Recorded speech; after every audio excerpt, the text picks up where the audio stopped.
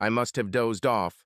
I heard a woman's voice, but it was unintelligible. My mind was unclear. Feeling stiff in my seat, I shook my head and opened my eyes. Within 30 centimeters, I met the eyes of the most incredibly beautiful sight I could imagine. Holy cow, did the plane crash while I was sleeping? What do you have in mind? Was the perplexed answer. Looking into her eyes, I said, obviously, I'm in heaven. The answer was a wide smile, which acted like a light electric shock without pain. It's an old joke, but I'll take the compliment. It was a compliment from the bottom of my heart. Unfortunately, you are not in heaven. I'm sorry, sir, but can I at least take your tray? She pointed to the remains of my food on the empty chair next to me. In this movement, she slightly lost her balance and leaned her hand on my shoulder. Physically, I felt a thrill in the center that spread throughout my body.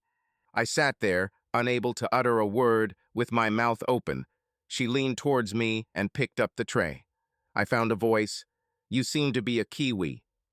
Yeah, right, bro. This joke explained everything. That's the sexiest voice in the universe. In a low, hoarse voice, she replied, and the sexiest men, where are you from, guy? Oh, from the wilderness just beyond Geraldine. The answer was a half giggle that only a girl from New Zealand could produce.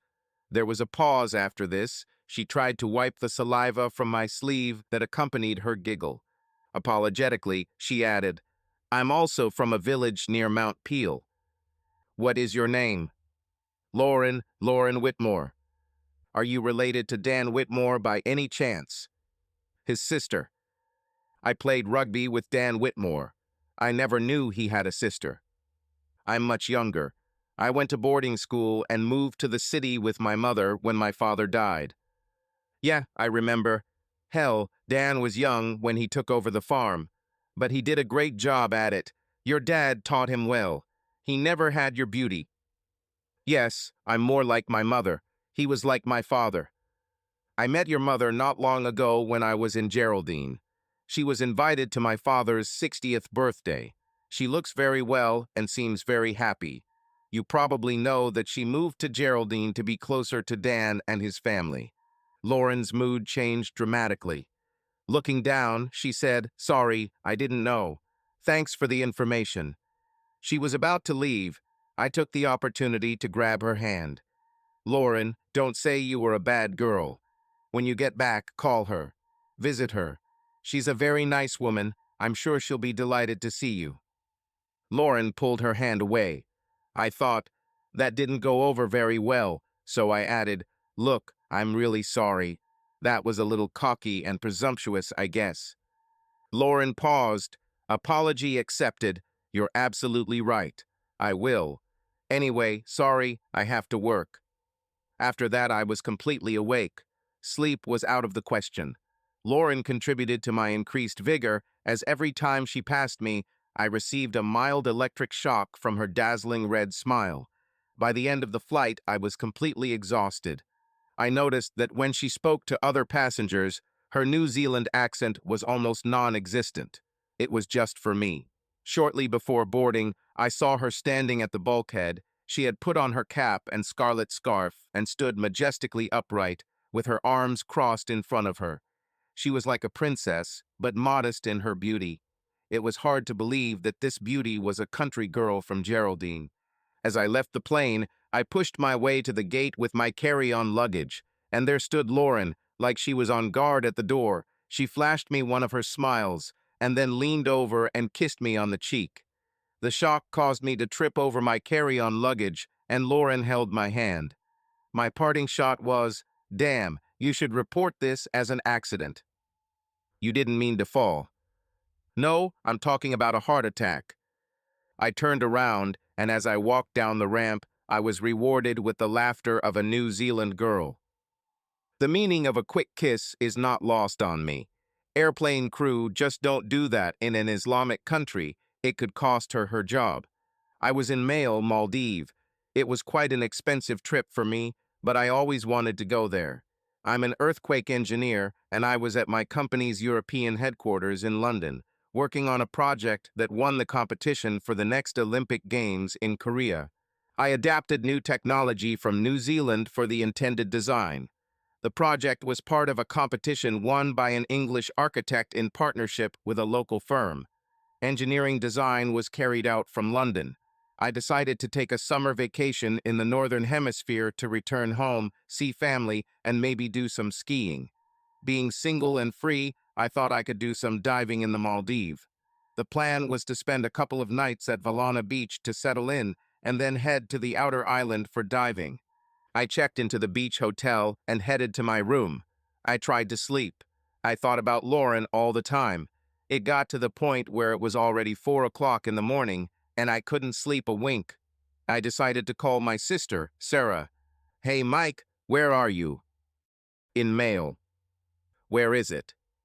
"Maldives." "God, what time is it now?" "About 4 a.m." "Why are you calling at this hour, Mike?" "Oh, I couldn't sleep. Jet lag or something. I decided to call someone." "What are you doing there? You're coming home, aren't you?" "Yeah, I'll just spend a few days here diving." "That's good. There was a great snowfall. We're all waiting for you to come back. Your old friend Jess is in the pasture. She might still remember you." "Jess? Is she still alive?" "In the pasture, but you might be able to ride her." "Hey, I met someone on the plane that you might know." "Whom?" "Lauren Whitmore." "Lauren Whitmore? You're kidding me. I haven't seen or heard from her in years." "I've never heard of her." "You probably wouldn't have heard. She's a lot younger than you. I wasn't her close friend, but I went to a few of her parties. She was very nice. Everyone liked her, but she had a reputation." "Tell me which one." "Oh, she was a little wild when she was young. She was sent to boarding school. When her father died, her mother moved to the city, so I never saw her again, although she was usually in the city in the summer, visiting the old house with her brother. One day, a group of us, including her, went on a horseback ride." "Why are you interested in her? Do you like her?" "She is great." "So that's why you're calling me." "Am I that transparent?" "Yes, guys are usually like this. So you asked her out?" "No, alas, I will probably never see her again. She was in the carriage." "And you didn't even take her email or Twitter or anything." I know. She didn't even know my name. I have a feeling I'll regret this for the rest of my life." "Wait, how much time did you really spend with her?" "Oh, she was just working as a crew member on the flight here." "And?" "I talked to her a little. She smiled at me a lot and kissed me on the cheek when I left." "Damn it, Mike, and that counts as love. Sounds like the end of a long romance. And you didn't even take her number. I'm deeply disappointed in you, Mike. You're supposed to be the smart one in our family." I know. Maybe I can find out through the airline." "I don't think so. The airline won't give a contact address for security reasons. Her mother is in Geraldine. I can contact her if you want. She knows." "I don't think so. She didn't even know her mother was in Geraldine." "It's weird. I wonder why. She was a nurse or something. She must have left after the Christchurch earthquake." "Well, the opportunity is lost." "That's not like you. You're usually optimistic." I talked to Sarah a little more before hanging up. I just sat there. I couldn't believe how upset I was. I kept touching my cheek where she kissed me. What intensified my emotional state was the completely illogical feeling I was experiencing. I guess it was supposed to be a meeting of ships in the night, and I would never see her again. Why do I care? I imagined her standing at the door as I left, her blonde hair pulled back into a cap and a bright red scarf. She was very tall and proud. Her posture gave her dignity in her forest green vest, white blouse, and tan skirt. She wore bright red lipstick, matching her scarf and contrasting with her bright blue, piercing eyes. I thought these Middle Eastern airlines outfitted their planes with dark-eyed girls from their countries. Lauren was a contrast and really stood out from the rest of the crew. Well, love and loss at first sight. I turned on the TV and tried to concentrate on it, but to no avail. When it finally became light, I decided to go for a swim in the sea. Gloomily, he put on a bathing suit and robe and wandered towards the sea. Swimming was my main way of keeping fit, so I swam in the ocean for about an hour before returning for a quick dip in the pool and then heading back to my room to shower. Then I went down for breakfast. I took some booklets from the lobby. I arrived early, so there were many free tables with a good view. He settled down at the small table before making himself a light breakfast. While sipping tea, I was completely immersed in exploring the delights of the Maldives when I realized that someone was standing over me. I looked up and was struck by a familiar electric gaze. Lauren stood with her dazzling smile, then said in her familiar New Zealand accent, "Good morning, Mike. It was quite the vision I saw when you walked along the beach this morning. It literally took my breath away. I just had to go down for more." I made eye contact with Lauren and, respecting her use of Maori, replied, "Hi, Lauren, welcome. I'm at your disposal. What will you have for breakfast?" And so the rest of my life began. After it turned out that she recognized my name from the passenger list, we started talking and talking and talking even more. We reminisced about everyone we knew, talked about horse riding, talked about skiing, hiking, and rock climbing. We talked about earthquakes, we talked about medicine and engineering. We talked about London and Paris and the Amalfi Coast. We talked about the Germans and Berlin. We talked about music. We talked about the state of agriculture. Lauren wanted to know about Dan and her mother. We talked about movies, plays, and concerts. We laughed and cried in our New Zealand accents. We talked in a cafe. They talked in our rooms. They talked along the beach and in the streets. We talked over dinner.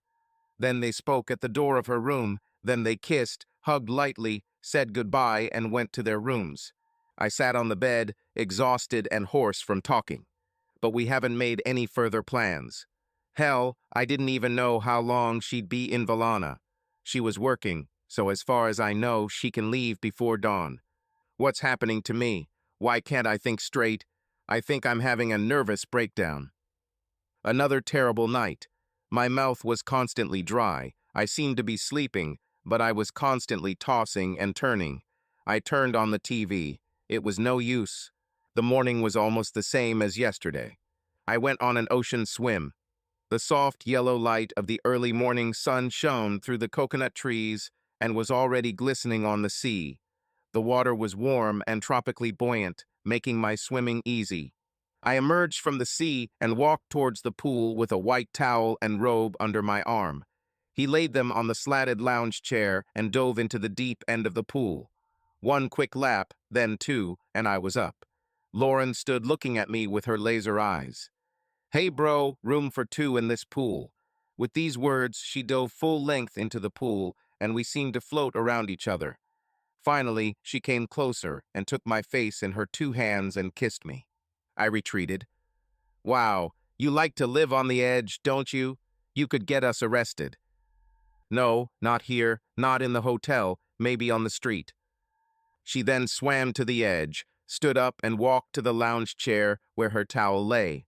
I just looked at this body, on those breasts, and that ass, oh my. The bikini may not have been the most revealing, but she was naked on that body.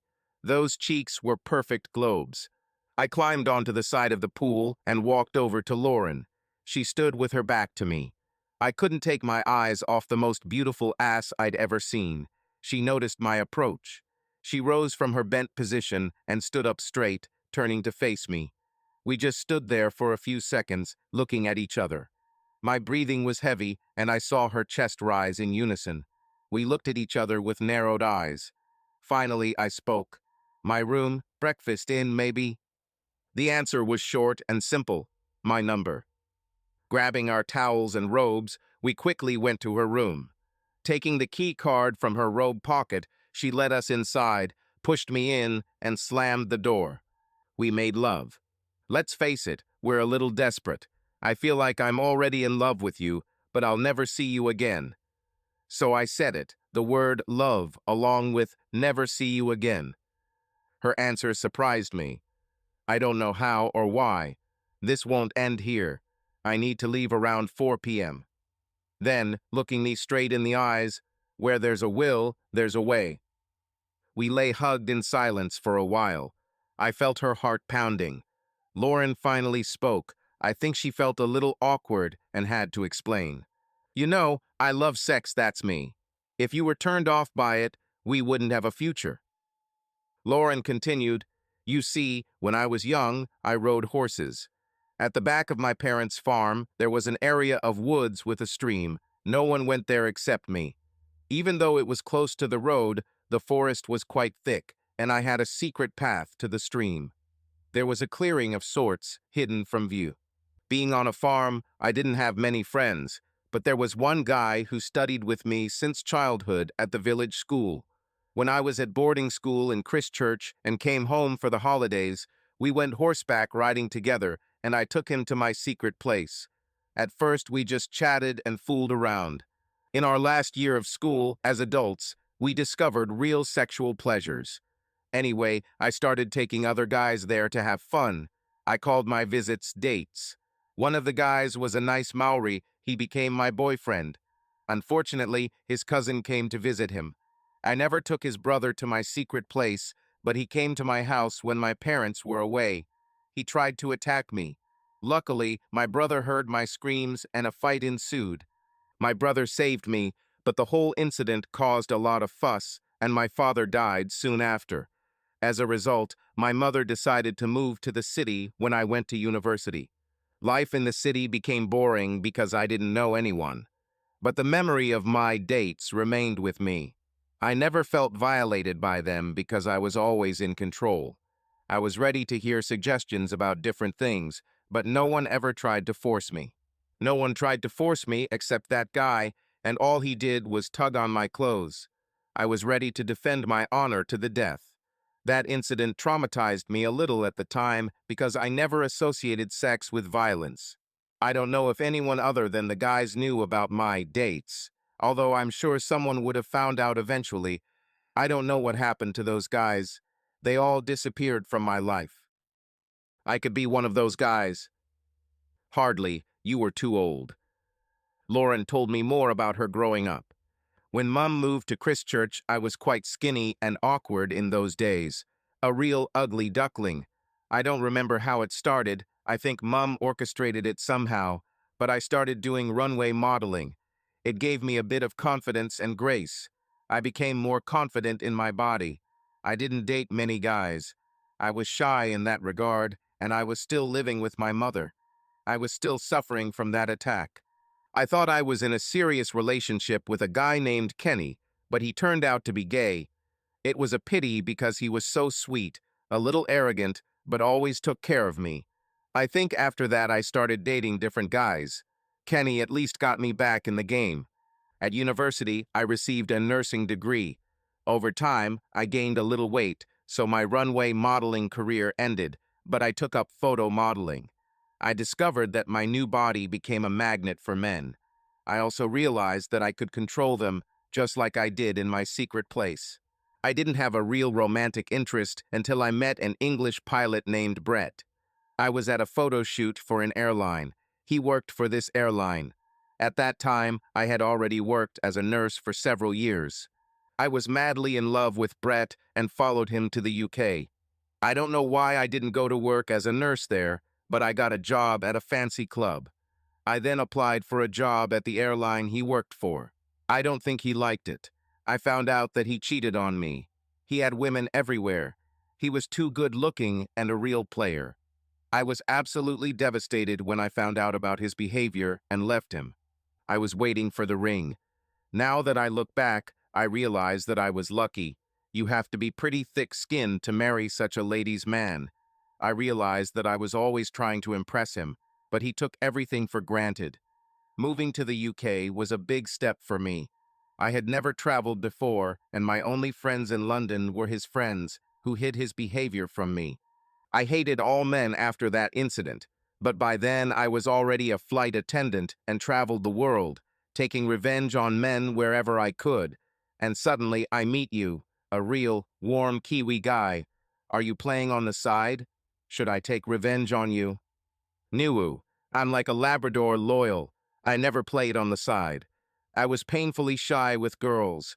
I studied at a boarding school and immediately entered the university at the Faculty of Engineering. I was a nerd. I had girlfriends, but only quiet ones. The gray mice loved me. I was insecure and therefore not very attractive to girls. I dated this girl, Hazel, for a while. She was pretty dull and ordinary, but I loved her. At least I considered her mine. She left me for some computer geek gamer. I'm guessing they're making millions now with Bitcoin or something similar. My other romantic adventures were similar until I met a girl about 2 years after graduating from university. I still don't know what Eloise found in me. She was a runway model like you. She worked as an interior designer for an architect I collaborated with. She was a talented musician, played the flute, and since I played guitar, we often jammed and had a great time. It was like we were together. She got me interested in fashion and music. She was my mentor in popular culture. I gained real confidence with her. I was proud to be with her. I remember one day she was performing on the podium in a shopping mall. I was standing with the crowd watching her, and she saw me and waved and said, "Hi, Mike." The crowd turned and looked at me. I felt like the king of the mall. You know, we never had sex. We tried one night in a field. It didn't work out. I think she was like an older sister to me. She had another guy around that time that she seemed to be with seriously. Then she got cancer and died, so young. I looked down and Lauren gently wiped a tear from my cheek. I had never told this story to anyone and felt embarrassed. After that, I had the opposite problem. Any girl I dated had to live up to her level. They ended as sexual relationships, and I moved on. No one could be like her. I buried myself in work and, without having bindings, traveled a lot to the most disgusting places, and here I am. Changing the subject, I looked into Lauren's eyes. "You're beautiful, you know that." "That's what they say." "Don't take me for granted. Don't break my heart. I'm as loyal as a Labrador. I don't need flings. I've been through it all." I smiled when I said it, and it sounded partly as a joke. Lauren looked into my eyes. She understood that I meant it seriously. "I will never do this. I don't know how, but I want my future with you. Come on, bro. Let's take a shower." Thus began our amazing global romance. That afternoon, our lovemaking continued but became less intense. Lauren had to leave by 4 p.m., so time was short. Somehow, we didn't eat at all. When Lauren left, I was extremely hungry. It was hard to see her board the shuttle. Her fellow crew members were all clearly interested in who I was by the way they were all looking at me. I can imagine the conversations that took place when they left. We continued our romance via Skype and email, using every possible means. Once I became confident in our relationship, I decided to stay in the UK rather than return to New Zealand as I had planned. If I were in New Zealand, it would be difficult to meet as often as she could. Lauren, in turn, transferred to the London route. Although Lauren was based in Dubai, I never met her there, and we always met in London or on the continent or some other holiday destination. She visited London often, so it didn't matter, but I was interested in Dubai.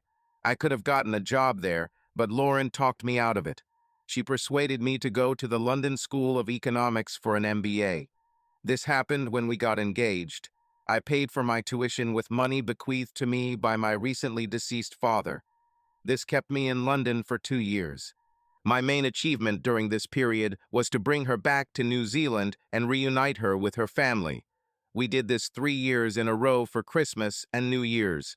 I could never understand how she could become estranged from her family. There were no signs of ill will. The first time she returned was almost 10 years after leaving. It was wonderful. We stayed with her brother Dan and my mom. We rode horses. I went hunting with Dan and played in his New Year's cricket match. He had a platform in the lower paddock. Every New Year they held an annual city versus country match. I was a little rusty, but I still managed to eliminate one player and scored some decent points. I had a quiet conversation with Lauren's mother in which she convinced me, without saying it outright, that she knew more about Lauren's dating than Lauren realized. However, she loved her and was disappointed that her only daughter had become distant and was overjoyed to see her again. I was completely captivated by Lauren. I bragged about her. I enjoyed showing it to old friends, colleagues at work, and my family. There was no doubt among those we met about my feelings for her, and on the contrary, she also seemed the same. I never felt threatened by her interactions with other men in my presence. She could skillfully make an inappropriate comment or approach, and apparently she was bragging about me too. We made plans for the future. Lauren wanted to get married in New Zealand, in a small wedding with just her family. She had my sister Sarah as her maid of honor, and Dan was my best man. I think our mothers were disappointed with the small wedding, but Lauren was adamant. The wedding took place in the afternoon, followed by a late lunch at a chic restaurant. Lauren and I left early for the boutique hotel apartment she was temporarily renting as a base. Lauren insisted on having a real wedding dress and ordered one before returning to New Zealand. I have to say it was absolutely beautiful. It wasn't overly fancy for a small wedding. It consisted of a white bodice with an oriental embroidery pattern and a white skirt, slightly flared, but sewn at a high waist. Since it was summertime, I wore a light linen suit that seemed to contrast perfectly with Lauren. The flowers were kept modest, with a small white bouquet with a pink blush for Lauren and a matching boutonniere for me. However, there was more to come. Lauren sent some of the furniture and other items for our future home together and stored them with her mother. Apparently, she had been planning this wedding for a long time, because upon entering the apartment, I immediately smelled the musky scent of incense and then saw the magnificently decorated room. Oriental rugs, candles, a beaded curtain, a hookah, and pillows scattered throughout. Lauren invited me to sit on the pillows while she lit the candles. While she was doing this, I took off my jacket. Lauren disappeared into the bedroom and returned holding a black Japanese yukata robe. I undressed and put it on, and Lauren motioned for me to lie down on the pillows. She turned on sitar music that we both loved and took champagne out of the refrigerator.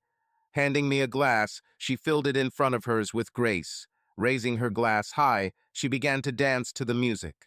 Her skirt flew to the sides as she moved back and forth. I was fascinated by it all, wondering where it would lead. Finally, with one movement of her hand, she released her skirt, unrolling it and throwing it to the side, continuing to dance. Underneath the skirt was a pleated petticoat of some sheer, iridescent material, which she unwrapped and lifted, hinting at what was underneath. M made love. She now had my full attention and lifelong commitment. This all happened when I was in my first year of MBA. After completing my MBA, I returned to work full-time at my firm. They have now earmarked me for executive management. They wanted me to stay in the UK for a while and then take a senior role in New Zealand for a couple of years before becoming regional CEO when the current one retired. Lauren and I were planning to start a family, and she would return to work as a nurse when we returned to New Zealand. We were thinking about 3 children. Our lives together were organized by military discipline. We practically had to plan every meeting, trip, and Skype. The logistics of organizing our lives around her flight schedule and my schoolwork required a lot of pre-planning filled with long emails. It's amazing how long letters can strengthen your relationship and give you a feeling of understanding each other. I still felt that there was some kind of transcendental connection between us, and somehow our letters seemed to prove it. I looked forward to her messages, and they were all printed and saved. About a year after our wedding, we started talking about preparing for a baby. Lauren stopped taking the pills. Meeting during her most fertile period of the cycle became a real mission. This was compounded by the fact that she was temporarily transferred to her old route between Dubai and Mail. This meant that we could not meet for 2 months. One day, I was looking at her cycle dates and noticed that in February, her most fertile period fell on Valentine's Day. It seemed like a romantic match not to be missed. I looked at her flights and saw that she would have an overnight stopover in Mail that night. At that time, I needed to visit a partner firm in Singapore. I originally thought about meeting Lauren in Dubai, but she was still reluctant, citing the same old company policy, which made absolutely no sense to me. My meeting in Singapore was flexible. so I arranged a trip through the Maldives. I will arrive on the 13th and leave on the 15th. I knew which hotel she would be staying at and booked a room at that hotel. This was the same hotel where we met. The idea was so perfect. I was going to surprise her, and with a little luck, it would be a romantic conception. Everything was going well. I had her number, so I ordered a large bouquet of flowers and a bottle of expensive champagne to be delivered to her room. I also made a reservation at the restaurant. I thought about a midnight swim in the pool, but kept that plan flexible. I have to say that arriving a day early wasn't the best idea. I was so nervous that I couldn't sleep. The next day, it was difficult to find anything to do to kill time. I went for a long swim in the ocean. I figured that by the time her plane landed in Valana and she reached the hotel, it would be around 3:30 p.m. I arrived early and sat at the end of the lobby waiting for her to arrive. I saw the shuttle pull up and three of her colleagues get out with her, fumble around, and then start moving into the lobby, dragging their suitcases. As soon as she walked through the door, I stood up to approach her when some local guy walked away from the front desk and met her at the door. He stood in front of her, and they looked into each other's eyes for a moment. Lauren didn't see me. She seemed to have eyes only for him.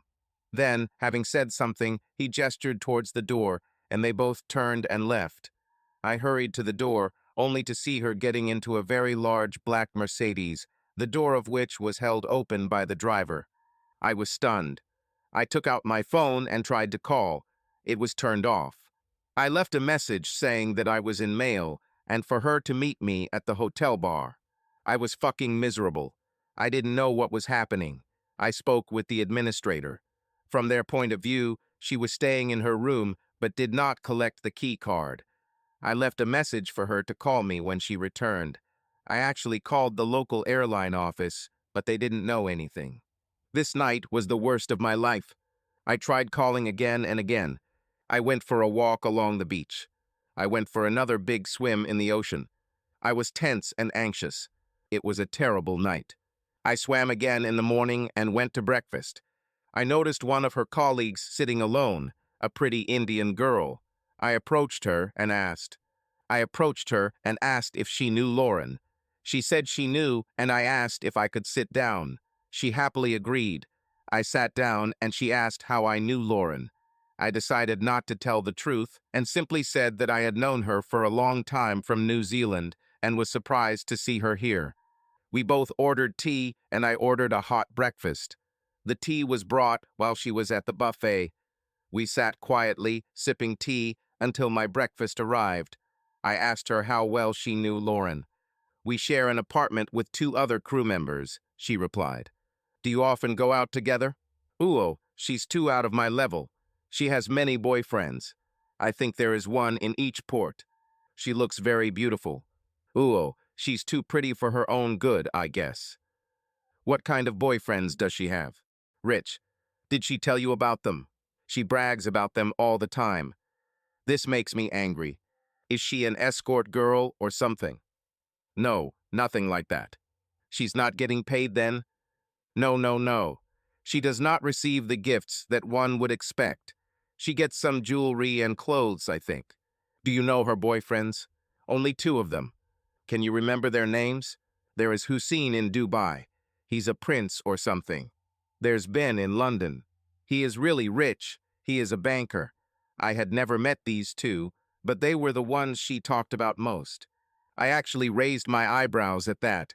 Damn it, I live in London, I thought. How can she be dating someone there? I knew I was asking a lot of personal questions, but she didn't seem to mind, so I continued. "Who was that guy at the door?" "Oh, it's him. He's new. His name is Ali. He is the son of the owner of this hotel chain. I do not like him." "This is all?"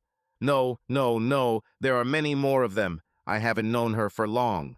She told me she had been on the New York route before. She had a black guy there. Something happened and she had to leave urgently, but she didn't tell me what it was. She knows someone from New Zealand. Maybe you know him, but I can't remember his name." "Does she talk about him a lot?" "No, but I think she likes him." "Is she going to marry him?" "No. I think she's going to marry Ben." This really raised my eyebrows. Why do you think so? Well, his father is a lord or something like that, and very rich. They have a large country house. He's the only white person she's dating, and on this flight, she told me she just found out she's pregnant. Are you okay? Sorry, I just felt bad. I reached for water.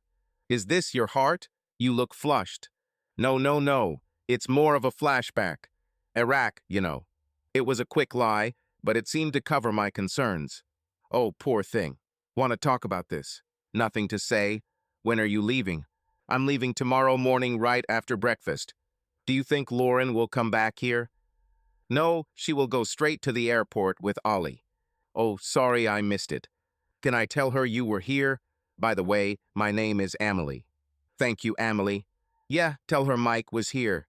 Tell her it's a shame because there's probably no chance we'll ever meet again. Ah, I see you're a little in love with her. Was she your girlfriend back in the day? No, I don't think she can be called a girl. I started to feel that Amelie was interested in me. At that moment, it was the last thing I needed. I was ready to explode. I needed to get to my room. I apologized to Amelie and almost ran. When I got to my room, I locked myself in. I grabbed a pen and paper and sat down to calculate the date of conception. She didn't tell me anything about this. I realized that this had to be the earliest she could find out, so it couldn't be me. Maybe Ollie? Hussein? What about this guy Ben? How the hell does she meet him? Somehow, I agreed with Amelie that it should be him. I thought about our sex life. This was never normal. All these guys and a wedding with this Englishman. I remembered her wedding dance. Is this something she does for all her men? It was incredible. She seemed to have some kind of global polyandrous retinue of men. Maybe it's a reverse harem. Despite Amelie's words, she must actually be a high-class woman of easy virtue. Not that I have any prejudices about this, but the deception and humiliation were so deliberate that it went beyond reason. What explanation could she offer? How could a simple girl from New Zealand turn into this? This got me. I felt like I needed to keep moving. If I stopped, I would just stew in my own juice. I called to see if I could get a flight to Singapore that day, and as it turns out, I could. I wasn't going to see Lauren in London for another 3 weeks, so I had that time to get back and leave. She would then be free to do whatever she wanted with Ben. I needed to find a way to get out of London. I'll decide this when I get back. Excited, I couldn't stop pacing up and down the room. I decided that I had enough time for a long swim in the ocean before leaving for the plane. A few hours later, I was sitting in the waiting room getting ready to take off. I decided to text Lauren. I hope Ollie, Hussein, and Ben sent you lovely Valentines. Unfortunately, mine are in your hotel room, but you never saw them, right? I'm sure Ollie, Hussein, or Ben will be happy about your pregnancy. I hope you're happy with yours. Victory. I hope you have now overcome your revenge on men after breaking up with the pilot. I hope you now find peace with the man you deserve. I am moving on. I have instructed my lawyer to send you the papers about our separation as soon as possible. You will need your own lawyer. Give my best wishes to Dan and your mom. I was looking forward to a future where they would be a part of our lives, but apparently that wasn't meant to be. Sitting on the plane on this flight was not the most pleasant experience. I looked out the window before takeoff in a futile and irrational attempt to perhaps see Lauren at the airport. During the flight, I fell into a deep depression and was glad to be surrounded by people. I didn't hate Lauren yet, but I knew it was coming. My feeling was one of deep inner devastation. I felt as if I had discovered that my life was not real, that my life had no meaning. I was thinking about my career as an engineer. I loved to build. Suddenly, I thought the MBA was a waste of time. I did it for her, and her life was just one big deception. There was no rational explanation for what she did. She seemed to have a split personality or something. She had some syndrome or disorder, multiple husband syndrome, maybe. I was sick. She must be some kind of narcissistic psychopath. Maybe this is what female psychopaths do. Here she is, without pills, having sex with men all over the world. Am I crazy, or is she? I am an engineer. I just want to find a good woman, get married, have children, and grow a garden. Perhaps I was aiming too high.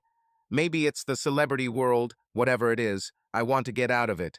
I can't handle this kind of crap. I don't have time or inclination for this crap. I hate her. I hate her.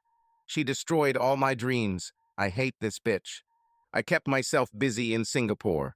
The first texts and emails from Lauren started pouring in. I deleted everything. I called my lawyer in New Zealand and began the process of filing a separation agreement. The whole process was going to take 2 years, so I decided to find a remote construction project and disappear. I needed something tangible that I could dedicate my life to.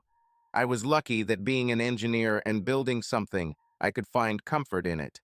When I returned to London, I went to my employers and explained my situation. I also explained that my management ambitions were temporarily on hold and that I needed a serious design-build project to restore my sanity. Fortunately, there was a major hydroelectric project in development for Papua. Our firm was in partnership with a local company. They had difficulty finding local employees as it was a controversial project. He attracted the attention of the separatist movement. If I had known then what I found out later, I would not have gone. Essentially, it was a project in a war zone. The government treated the local population harshly, and inevitably there was an equally harsh response, and it all developed into a cycle of absolute inhumanity. The saving grace was that the project would benefit both sides, and the separatists generally understood this and left it alone. But there were always extreme minorities who saw it as the product of an illegitimate government and, despite its advantages, believed that it must be stopped at all costs. My employers were surprised that I was interested, but at the time I thought it was exactly what I needed. I had the opportunity to leave almost immediately. I needed to go somewhere far away from my recent life. Lauren tried to contact me through the company. I instructed her to tell her to contact my attorney and that all communications should go through him. They don't have to tell me where I am. I contacted my family and told them I would not be returning to New Zealand anytime soon. I told them that Lauren and I were separated. After this conversation, I felt very embarrassed and humiliated. I bragged about this woman, and all the time she treated me like an absolute fool. I was a proud man. I started to revert back to the nerd I was in my youth. I don't deserve a quality woman. Was Lauren really a quality woman? No, she was mad. How could a normal woman do what she did? It took so much effort and detailed planning for her to pull it all off. It had to be obsessive-compulsive personality disorder or something like that. She must be crazy, crazy, crazy.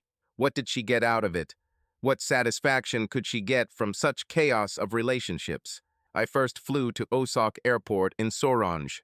I introduced myself at the main office of the Dam and Power Line project. Sorong was the complete opposite of Singapore, which I visited just 2 weeks ago. Singapore was an Asian city where not a hair was out of place. I'm not sure Sorong ever had his hair combed. I was briefed at Sorong's office, and 2 weeks later, I flew to Jayapura, where the main project office for the hydroelectric power plant was located. I was appointed senior project engineer overseeing the civil and construction departments. A few months later, I moved to the base camp at the hydroelectric power station. I had worked in the tropics a bit before, so I had an idea of what to expect. Our office was located on the top floor of a stucco brick building in the center of Jayapura. Our office was air-conditioned, although the electricity supply was not always reliable. I quickly got used to the local food, but it didn't get used to me. After a while, I got used to it, and my stomach got used to life in the tropics. I have a talent for languages. Actually, it's from my mother. She had a Master of Arts degree and languages were her forte. She brought them home to the farm. We often practiced over dinner. There were Maori, French, German, and some Spanish. My mother began teaching Sarah and me when we were toddlers. It must have been a little confusing for us, but we had fun at school using our language skills as code. This has certainly helped me in my work. When I arrived in Jayapura, I immediately began studying Papuan Malay and Indonesian. Almost no English was spoken there except by the missionary community, so learning the language was a matter of survival. On late lonely nights, I even started learning Mandarin online. There wasn't much to do in the evenings, especially after we moved inland to a dam construction site. During my stay in Papua, I had fun scuba diving. In addition to local marine life, there were also relics from World War II. My favorite place was Raja Ampat, where I became a regular guest at the local resort, spending time on sailboats and scuba diving. The white sand and jungle of the hundreds of islands were incredibly beautiful and peaceful, attracting me again and again.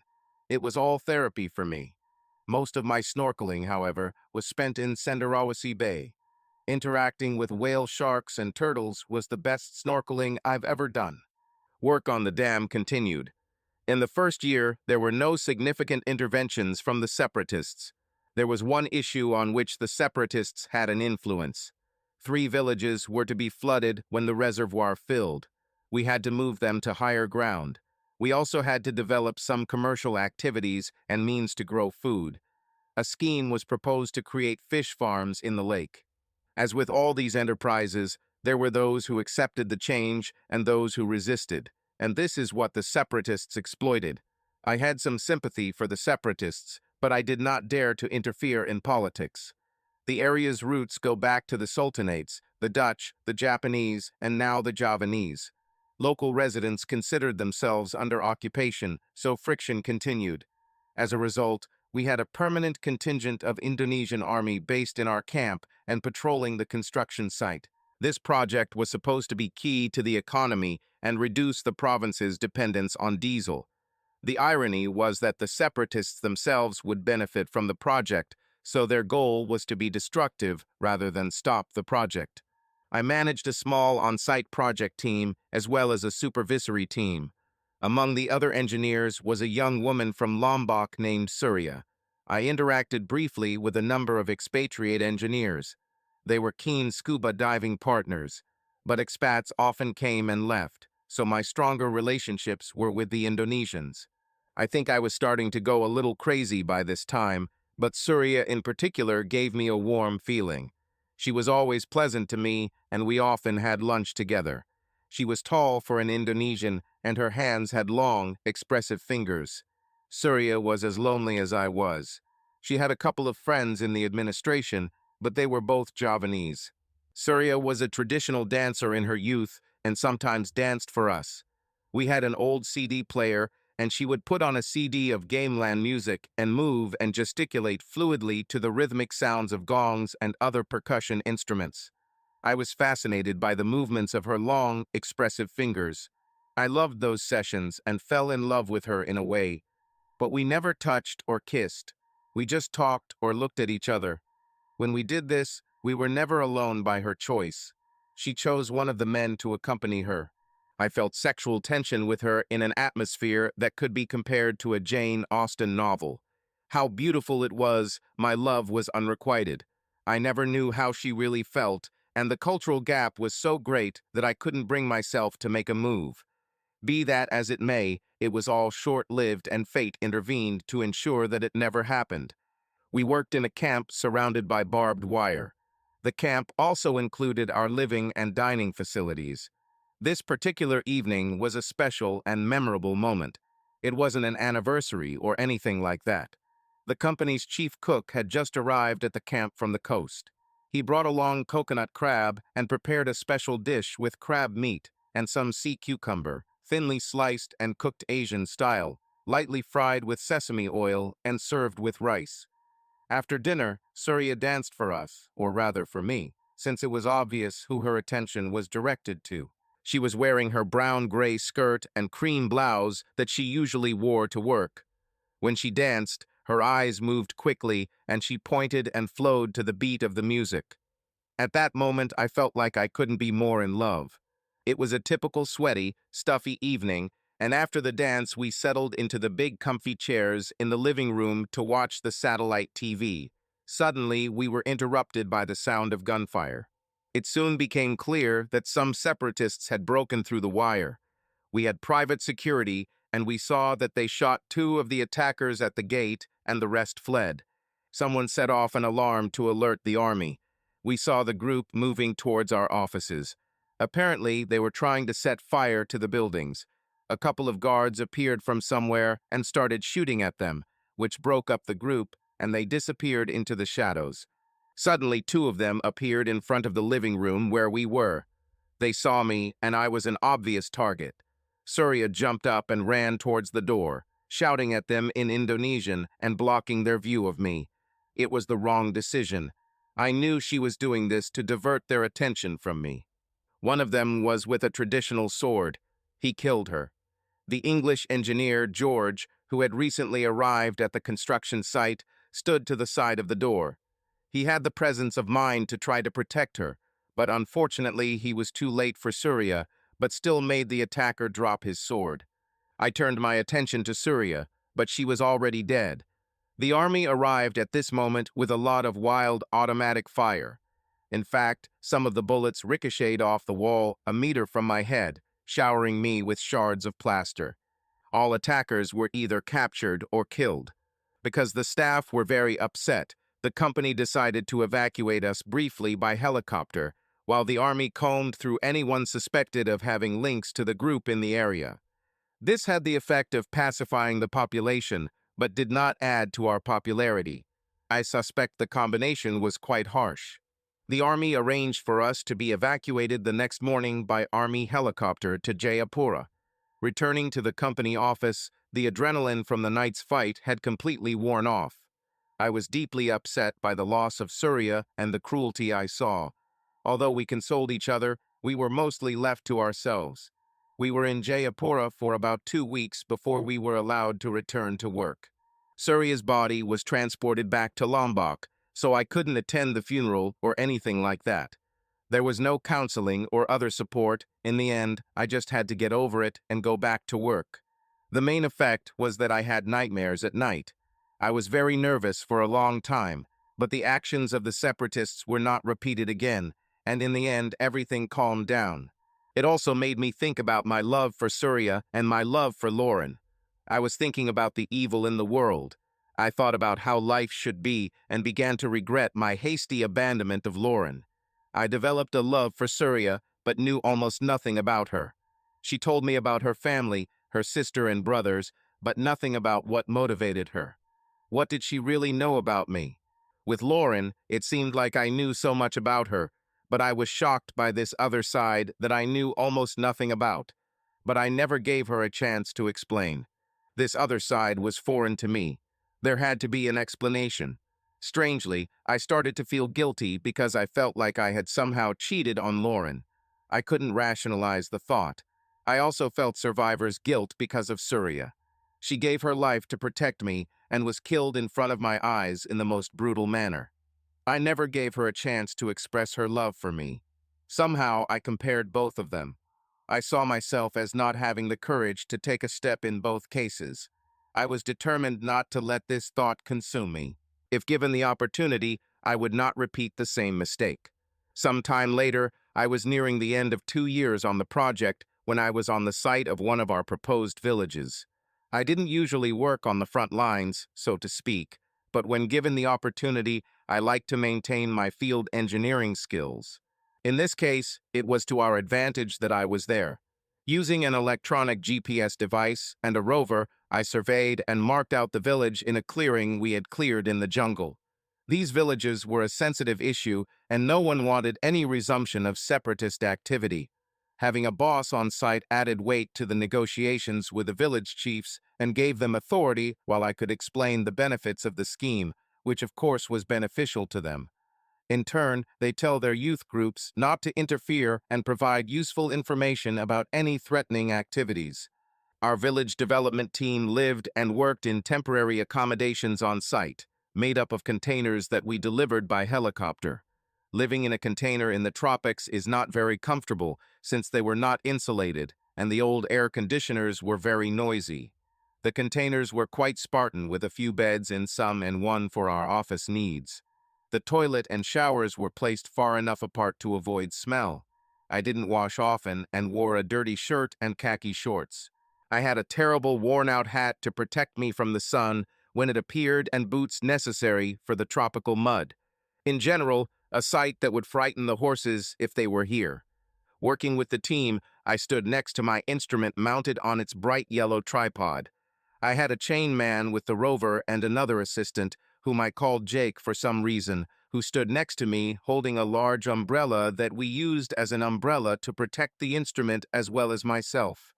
Jake's job was primarily to hold the umbrella, but he was also responsible for maintaining delicate equipment to protect it from moisture and mold. I was talking to the village chief when Jake touched my shoulder and pointed at an undeniably female figure approaching us along the jungle path from the direction of our base. She was wearing tan trousers and a floral blouse, stained with sweat and hair, and had a wide-brimmed Panama hat and sunglasses on her head. She carried an umbrella that partially covered her face on our side. The woman disappeared as the path curved around a group of trees. "What the hell is a Western woman doing here, dressed like she's going to a picnic?" "News to me, boss," Jake replied in English. She appeared from the trees in front of me, and, dropping my umbrella, I received a shock.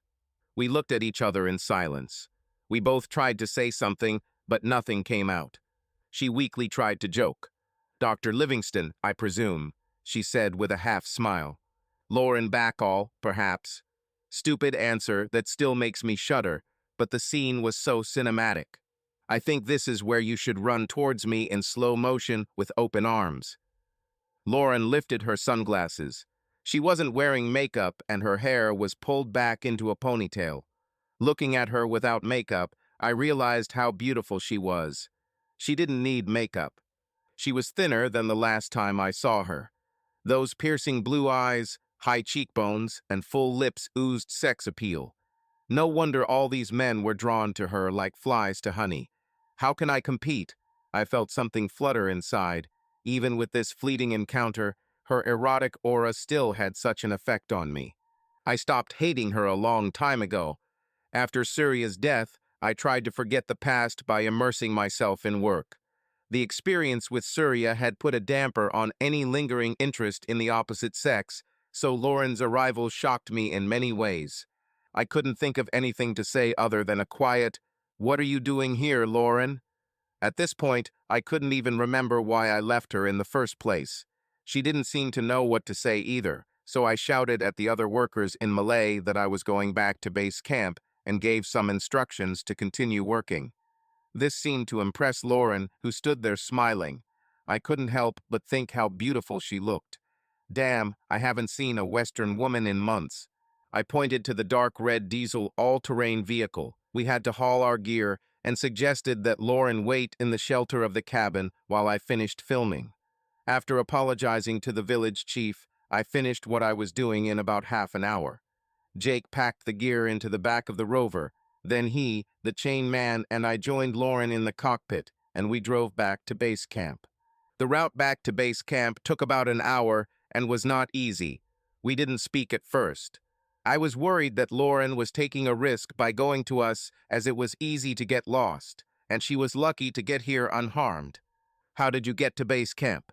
A nice soldier offered to give me a ride in a helicopter. Major is someone there. He spoke English. He was very kind, especially after I told him that I was your wife. "I guess you're lucky then." He told me about the attack, and about Surya. "I'm really sorry." I shuddered. I gulped, not knowing what to say, and we finally arrived at camp and headed to the living room. I asked where her luggage was.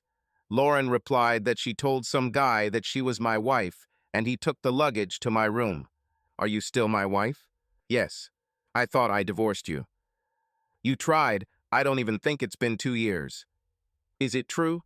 It all seemed so strange, I couldn't understand it. "Would you like a cola?" "This is an alcohol-free camp, and that's all I have to offer." At least she's cold. Agreeing, I reached into the refrigerator and took out what passed for cola in these parts. We sat in a pair of old chairs opposite each other. She opened the cola, and the reason why she shouldn't throw it became obvious as it splashed everywhere. "Thanks for nothing," she grinned. Looking at her face, my first thought was, damn, I still love this woman. My heart seemed to melt. "Lauren, what do you want?" "I want you back." "Well, you can't just demand it and get it." "How are you going to get me back?" I thought about several things, For example, your daughter. Don't make things up. I figured out the date of conception, and it couldn't be me. Well, you counted wrong, Mr. Smart Engineer. I wouldn't trust you to design a retaining wall if you couldn't figure it out. Confirm this. Everything is in my suitcase. I used the DNA testing site you signed up for and tested Rose's DNA. And guess who appeared on the site as a direct relative? She really looks like your mother. Did you name her Rose after my mother? I was speechless. A lump formed in my throat. This is nice, but there is a delicate question of yours. Polyamorous inclinations. I want to talk about this. First of all, when I realized what had happened, I immediately lost control and quit the airline. I went to London and you already left. I packed everything and returned to New Zealand. I now live in Geraldine with my mother and work at a local health center. I see your mom a lot. We are all waiting for you to come home. I'm tired of waiting and finally found out where you are, and I want to bring you home. You have enough nerve. What makes you think that I'm still lonely? Are you with someone? I became interested in one woman, but the separatists killed her in front of me. I lowered my eyes. It was surprisingly painful to say this. Lauren fell silent. I'm sorry, I shouldn't have this to say. Were you in love with Surya? All signs of passive aggression disappeared. I never kissed her or even touched her. To my shame, I could not protect her. I think she was in love with me. She paid the price trying to protect me. In the grand scheme of things, it probably didn't matter. My heart had already died when I discovered your terrible deception. Now I'm just an engineer. I build things that give me comfort. That's all I do. You saved me, you know. How did I do this? It's complicated. I was trapped and in danger. You gave me a way to get out, but then you abandoned me.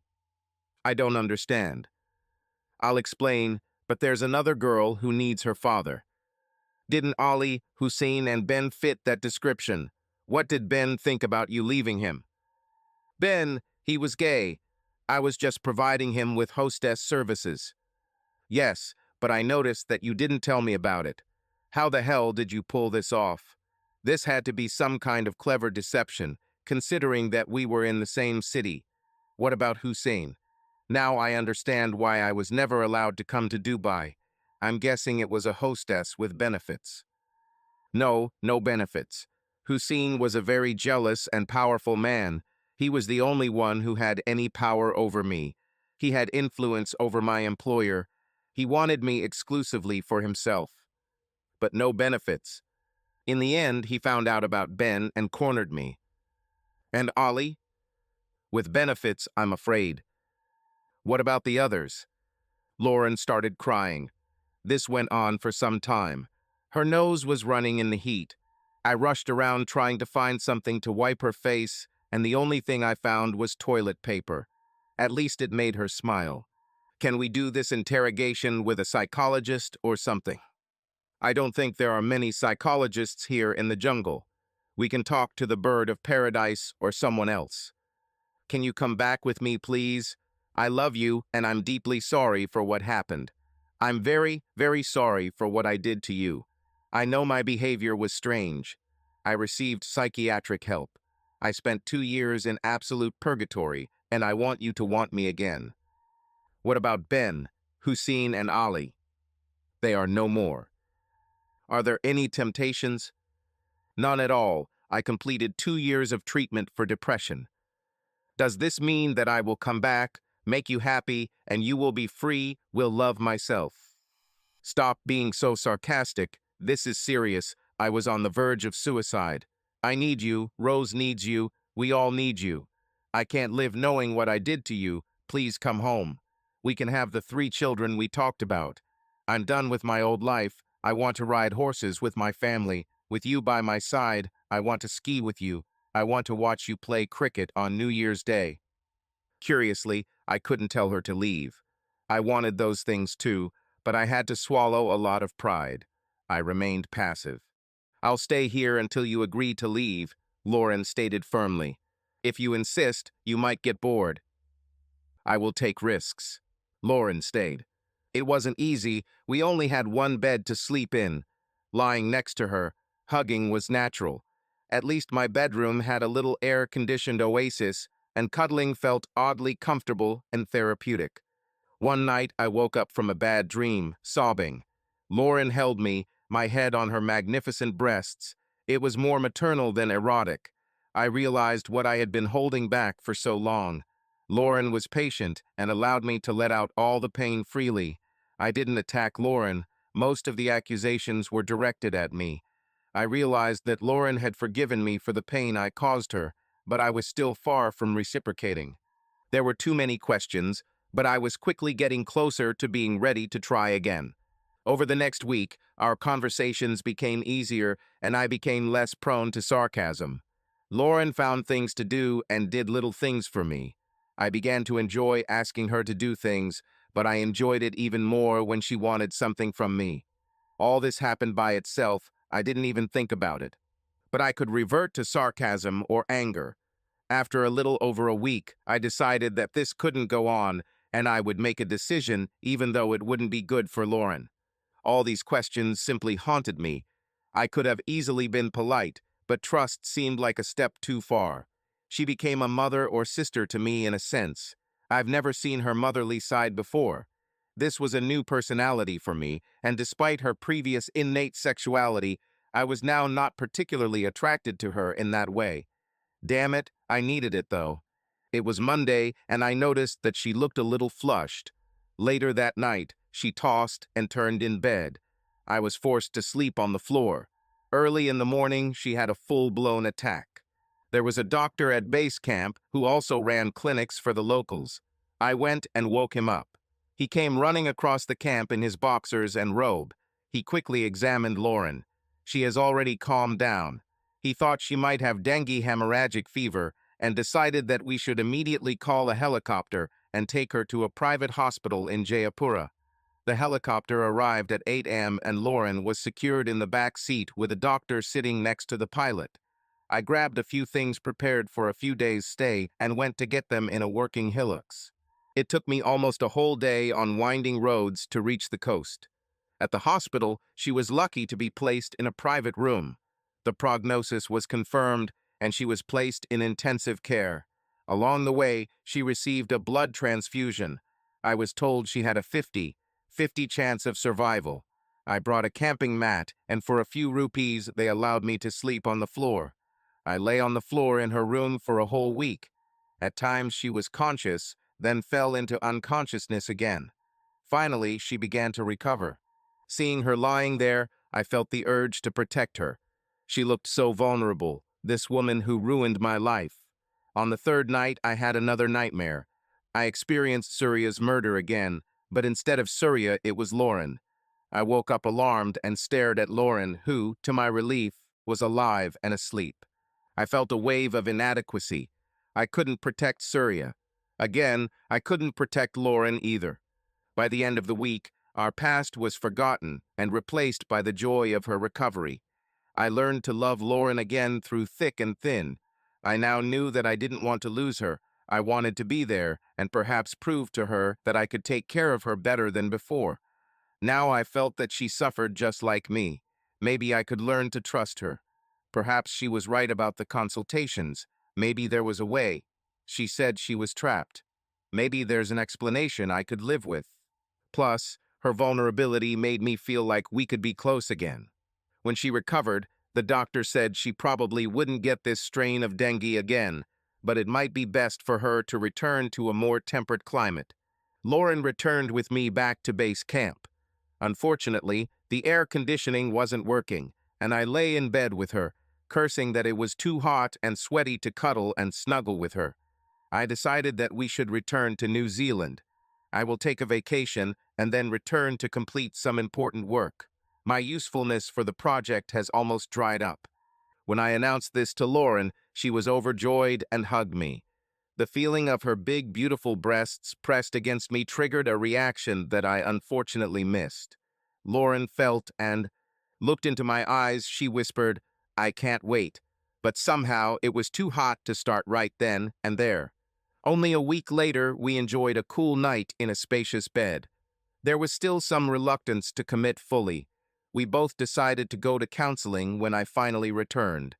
It was during these sessions that the pieces of Lauren's puzzle began to come together. In the second session, Lauren made a statement that I will always remember. "You know," she said, "being a flight attendant opened up a world for me where I could be Cinderella, I could go to the ball, but I didn't have to come back with my husband." She continued, "I was everyone's trophy wife, but I didn't need to be married. I could attend openings, theaters, meet the royal family, visit casinos in exotic places, and for all this I did not need to be a wife. One day I met a man for whom I needed to become a wife." Lauren looked straight at me. I didn't know how. I knew that I desperately wanted the love of a man who could give me children, with whom I could ride horses and ski and have a family. A man who could fix things around the house, service cars, take out the trash, help me with household chores. I wanted the life that my brother and my parents had. No man I knew could give me all this and love me except one. Lauren continued to look at me as I frowned. I was trapped. I tried to control men and eventually found myself being controlled to the point where my life and well-being were at risk. I wanted to get out of this. You could give me this way out. Our baby and our return to New Zealand would allow me to make that break. Instead, our breakup and my suicide attempt did it. I know what you're thinking. What did I get in return? I knew I was beautiful. I knew I had an amazing figure, and I could dress and look chic. I knew I could be charming. I noticed that as she said this, her New Zealand accent disappeared, and she spoke with a distinct Oxford English accent. I have never received payment for escorting. I actually hid all these men from each other. I accepted some jewelry and clothes. Ben gave me a small apartment in London. I had an apartment in Dubai with some crew members. I never took my lovers to where I lived. I kept my things there for them. No, what I got was the lifestyle of the rich and famous. They showed me off as their trophy wife, their hostess for all occasions. I was not a woman of easy virtue. They never shared with me. I had that control. The consultant was silent all this time. This was unique to her, so she allowed the dialogue to continue until it got out of control. I chimed in, "What about that time you were on your route to New York?" This stopped Lauren in her tracks. She looked lost for a few seconds. She stopped looking at me and turned away. "You know about it." Damn, I thought maybe I caught her in a lie. She started slowly. "I enjoyed the USA in those days. I didn't really do anything other than date. This is where I started. I was really naive. I think I was arrogant. The arrogance of a beautiful woman that she can afford and get away with, I think. I had a black boyfriend. He was sweet and charming, but he assumed I was his exclusive one. I never tried to create such an impression, but it happened. He was devastated, like you, when he found out I was dating others, but unlike you, he took physical revenge. His intention seemed to be to tame me and make me his slave, so he said. But he was naive about it. He cornered me in a hotel room with two of his friends. I think they were trying to slip something into me, but I was always attentive to it. I managed to quietly pour my drink into theirs. They couldn't do it. Whatever was in that drink was enough to make them drowsy, and one by one they dozed off. I managed to escape. I ran out into the corridor naked and jumped into the elevator. I managed to find security. All three were caught sleeping and arrested. Since then, I have been a flagged woman, and the airline has removed me from that route. The trauma brought back memories of the attack I told you about when I was young. I suffered from depression and anxiety attacks. That's when I met Ben. Lauren took a sip from her water bottle. Both the consultant and I remained silent, allowing Lauren to tell her story. Ben took me under his wing. He is actually the heir to the title. He is gay, but his family is very conservative. It's strictly in the closet. He needed a hostess for his events, a companion for attending events, and a bride for his family. I made it clear that I would never be his wife and that I would not always be available or exclusive. He was happy with this, but he needed time for his social and family circumstances. His father was ill and expected to die. Ben's intention was to come out after his father's death. His only condition was that I not embarrass him in public or among his friends and family. With Ben, I met the royal family, attended the races at Ascot, was a guest in Monaco, and much more. You have to understand that I enjoyed it and became addicted to the lifestyle, but was never part of it. I felt sorry for the women who fell into this trap. Not so much those who grew up in this environment, but those like me who were seduced by him and married to him. As a rule, these people were not happy. I was starting to understand some of Lauren's point of view, but there were still a lot of questions. I asked about Hussein. Hussein? I met him a little later. I was approached by a very senior airline manager looking for a Western woman to host functions for Hussein. Hussein was a devoted Muslim and a member of the royal family, but in his business he constantly organized events for Westerners. These events included wives, but he did not want his wife to attend them. I was a little bored in Dubai, and this seemed funny. Unfortunately, I found myself trapped. I didn't expect to be paid for it and saw it as a date, but Hussein became very possessive. He treated me like part of a harem or something. We didn't have sex or be intimate at all. He forbade me to do this with any client, but if I was in Dubai, I had to be ready.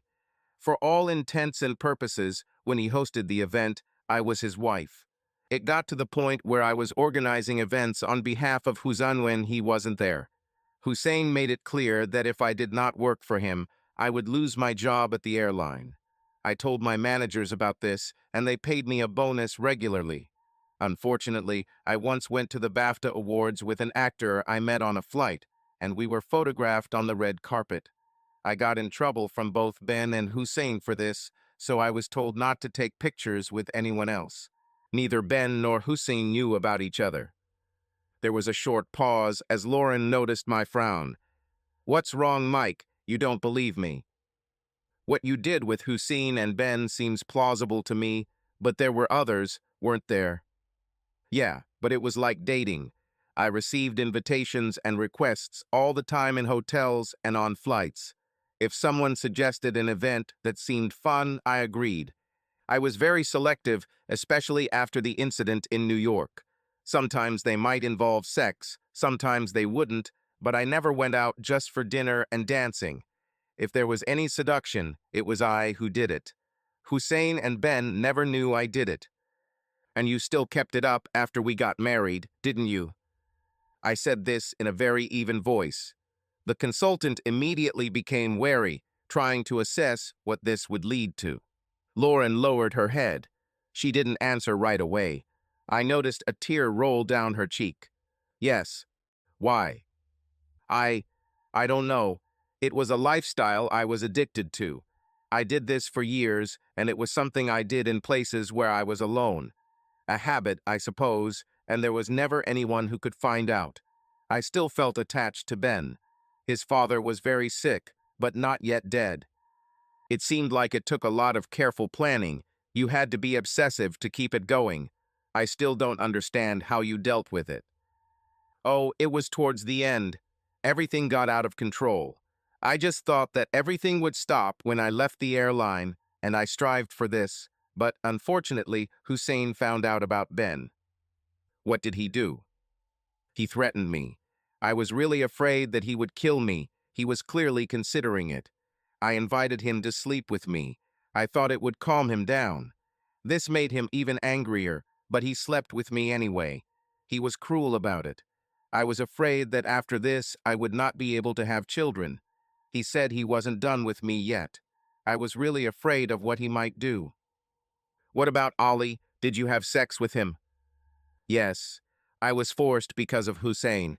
Then I realized that I needed to stop, but I didn't know how. I firmly believed that Ali was planning to make me a woman of easy virtue. He constantly talked about me being with other men.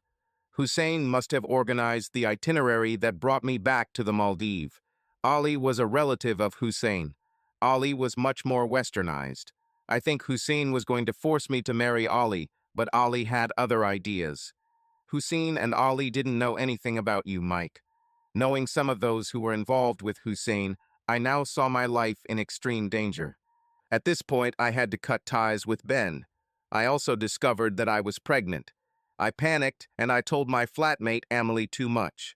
If she had told Hussein, I could have been killed. Ali was very careful with sex. When Amelie told me about you on the flight, I tried to commit suicide. What? How? I took a lot of pills from the pharmacy and locked myself in the toilet. My reaction alerted Amelie, and she followed me and saw me taking the pills. She alerted security, and they broke down the toilet door. The airline, Hussein Ali, they all turned on me after that, and I went back to New Zealand to live with my mum and have my baby. You see, even though you left me, you were always my ticket out of this lifestyle.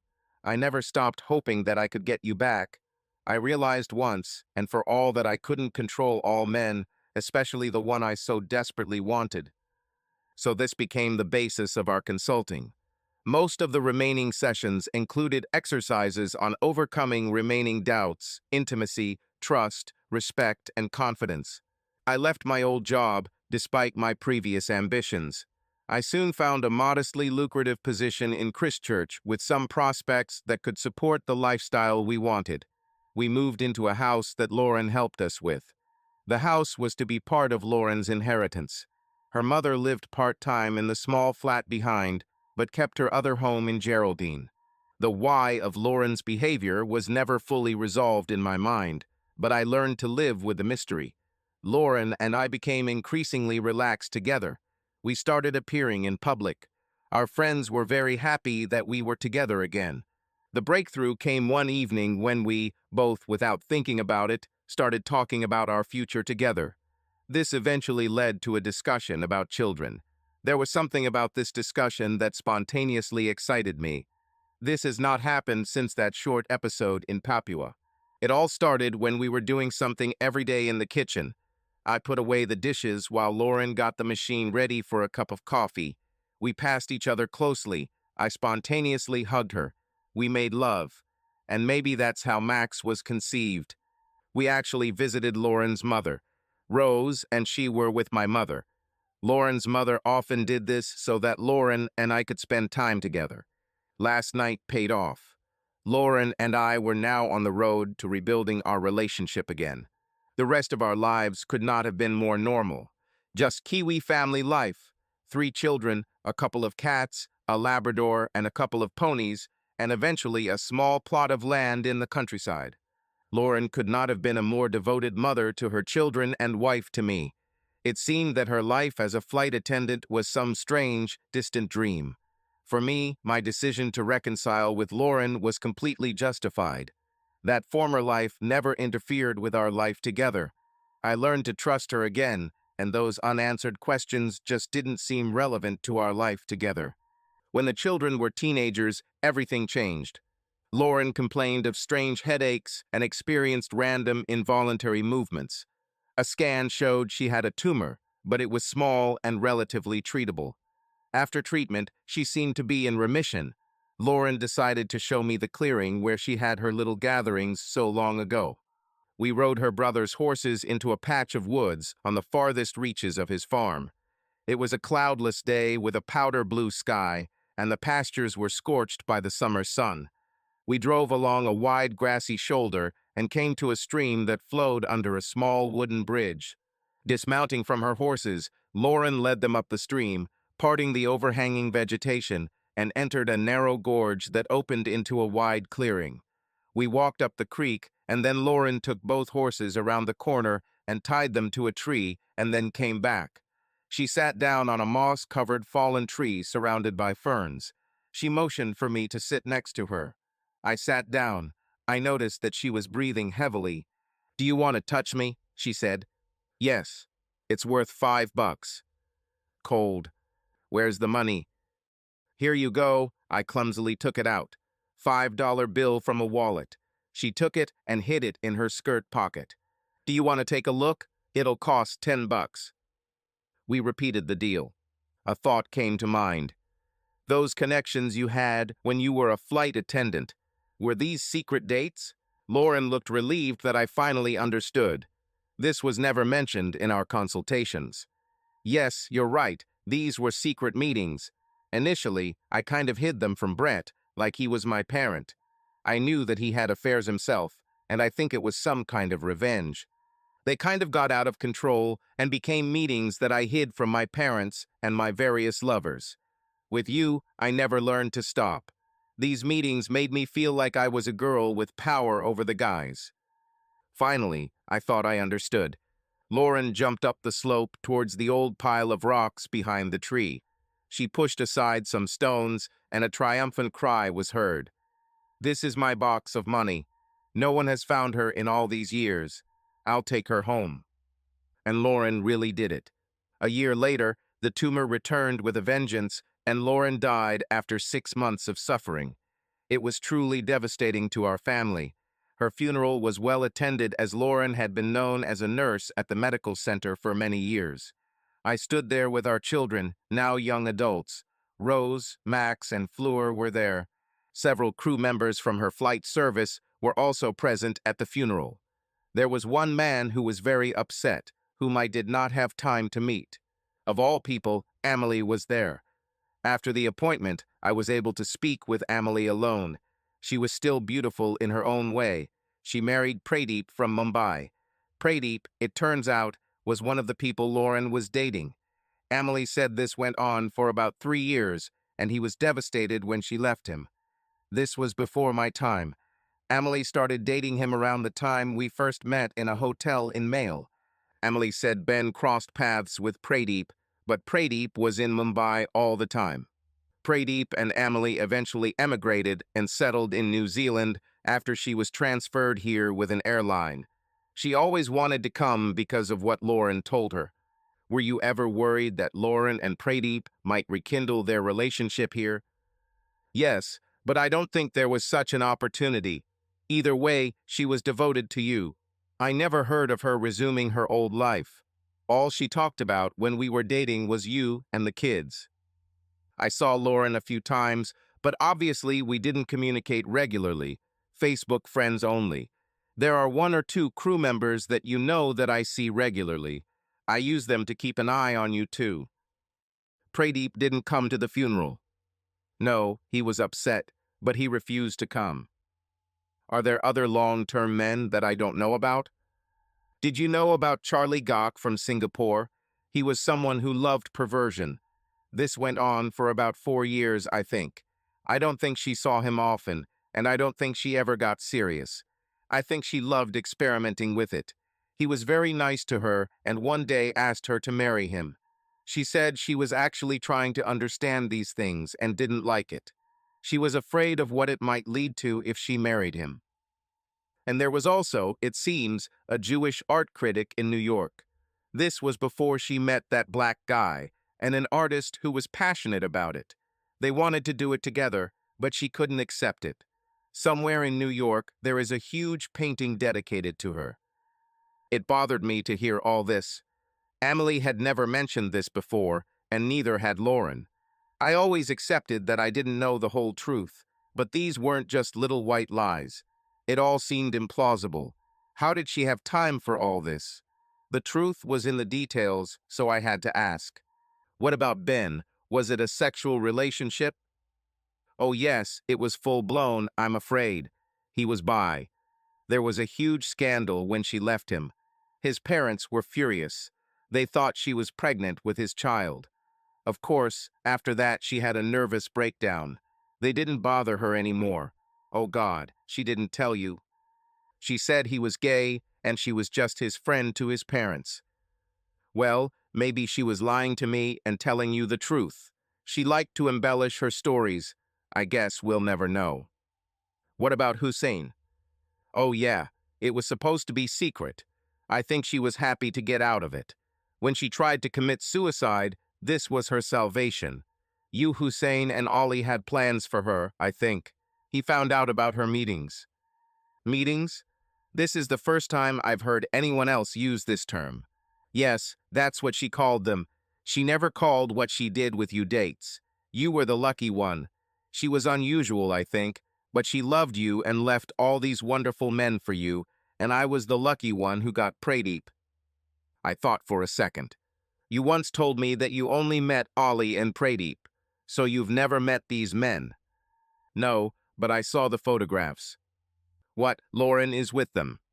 No, only men, come to think of it. The only photo of her was with the actor on the red carpet. She rarely kept photographs. How true is all this?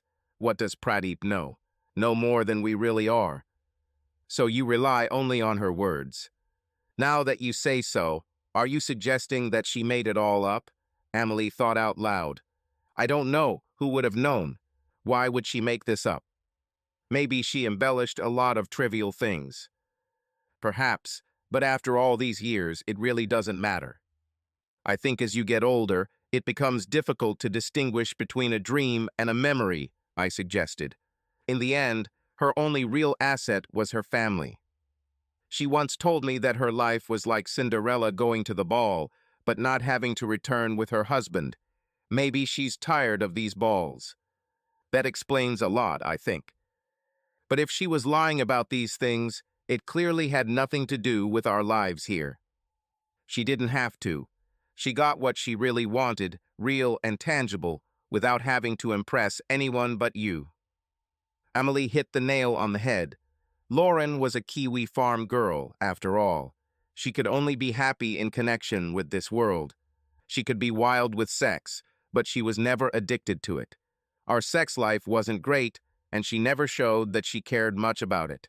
She loved to please me, but over time it lessened due to our busy lives, but still continued from time to time. It was something we did on special occasions. She didn't seem to care if I didn't care either.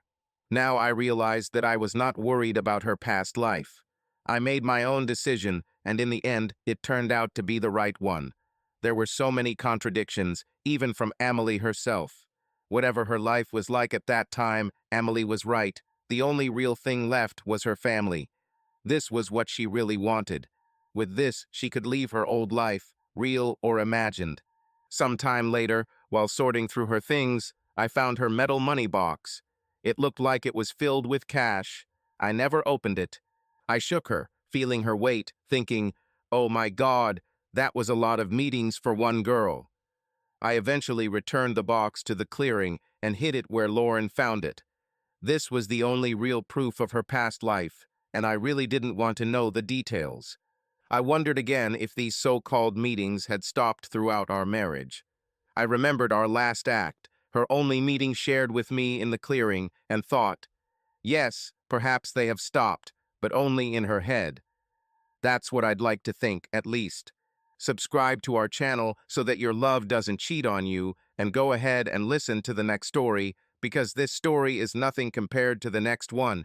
If you're under 18, don't even think click to the next one.